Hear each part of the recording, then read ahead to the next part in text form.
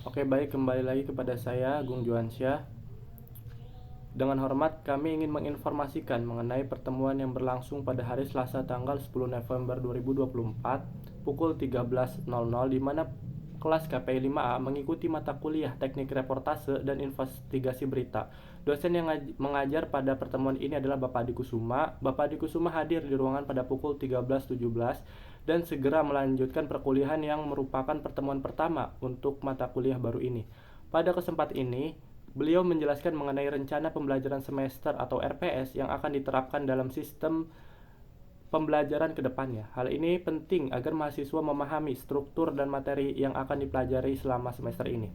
Selain itu, dalam pertemuan tersebut juga dibahas mengenai kontrak antara mahasiswa dan dosen untuk komunikasi yang lebih efektif selama proses pembelajaran berlangsung. Kami berharap informasi ini bermanfaat bagi mahasiswa dalam persiapan menghadapi mata kuliah teknik reportase dan investigasi berita. Adapun RPS yang diberikan oleh Padi, yaitu ada visi Fakultas Dakwah menjadi fakultas yang unggul dan terkemuka dalam bidang ilmu dakwah dan ilmu sosial di tingkat internasional pada tahun 2034. Misi Fakultas Dakwah pertama yaitu mengembangkan pendidikan akademik dan profesi yang berbasis ilmu dakwah dan ilmu sosial yang berkualitas. 2. Menyelenggarakan penelitian yang inovatif dan integratif dalam bidang ilmu dakwah dan ilmu sosial. Dan ketiga, melakukan pengabdian kepada masyarakat berbasis nilai-nilai Islam moderat.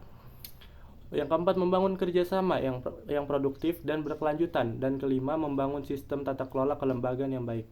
Visi program studi komunikasi dan penyiaran Islam mengembangkan keilmuan dakwah dan komunikasi Islam dalam mewujudkan generasi yang religius, cerdas, dan berwawasan global pada tahun 2034. Misi program studi komunikasi dan penyiaran Islam pertama, menyelenggarakan pendidikan dan pengajaran di bidang komunikasi dan penyiaran Islam yang berbasis ilmu keislaman dan ilmu pengetahuan.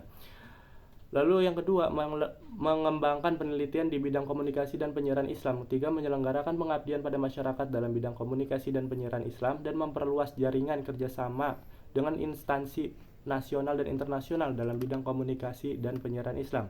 Tujuan jurusan komunikasi dan penyiaran Islam: 1. Melahirkan sarjana di bidang komunikasi dan penyiaran Islam yang berbasis ilmu keislaman dan ilmu pengetahuan. Dan kedua, melahirkan sarjana yang mampu mengembangkan dan memberikan kontribusi dalam bidang komunikasi dan penyiaran Islam. Dan ketiga, melahirkan sarjana yang memiliki wawasan dan keterampilan yang dibutuhkan masyarakat dalam bidang komunikasi dan penyiaran Islam, dan menjalin kerjasama harmonis antara instansi nasional dan internasional dalam bidang komunikasi dan penyiaran Islam. Komunikasi Islam itu mempunyai profil lulusan, yaitu akademisi, peneliti dan pengembangan bidang komunikasi dan penyiaran Islam, yaitu sarjana sosial yang berkepribadian baik, berpengetahuan luas dan mutakhir di bidangnya, serta mampu melaksanakan tugas akademisi, penelitian, dan mengembangkan komunikasi dan penyiaran Islam berlandaskan ajaran dan etika keislaman, keilmuan, dan keahlian. 2. Praktisi dakwah, yaitu sarjana sosial yang berkepribadian baik, berpengetahuan luas, dan mutakhir di bidangnya, serta mampu melaksanakan peran sebagai praktisi dakwah berlandaskan ajaran dan etika keislaman, keilmuan, dan keahlian. Dan yang ketiga, praktisi broadcasting, yaitu sarjana sosial yang berkepribadian baik, berpengetahuan luas, dan mutakhir di bidangnya, serta mampu melaksanakan peran sebagai praktisi broadcasting Islam dan media massa elektronik dan digital, berlandaskan ajaran dan keislaman, keilmuan, dan keahlian. Dan yang terakhir adalah praktisi jurnalistik, yang sangat menarik, yaitu sarjana sosial yang berkepribadian baik, berpengetahuan luas, dan mutakhir di bidangnya, serta mampu melaksanakan peran sebagai praktisi jurnalistik Islam yang diarahkan kepada media digital berlandaskan ajaran dan etika keislaman, keilmuan, dan keahlian.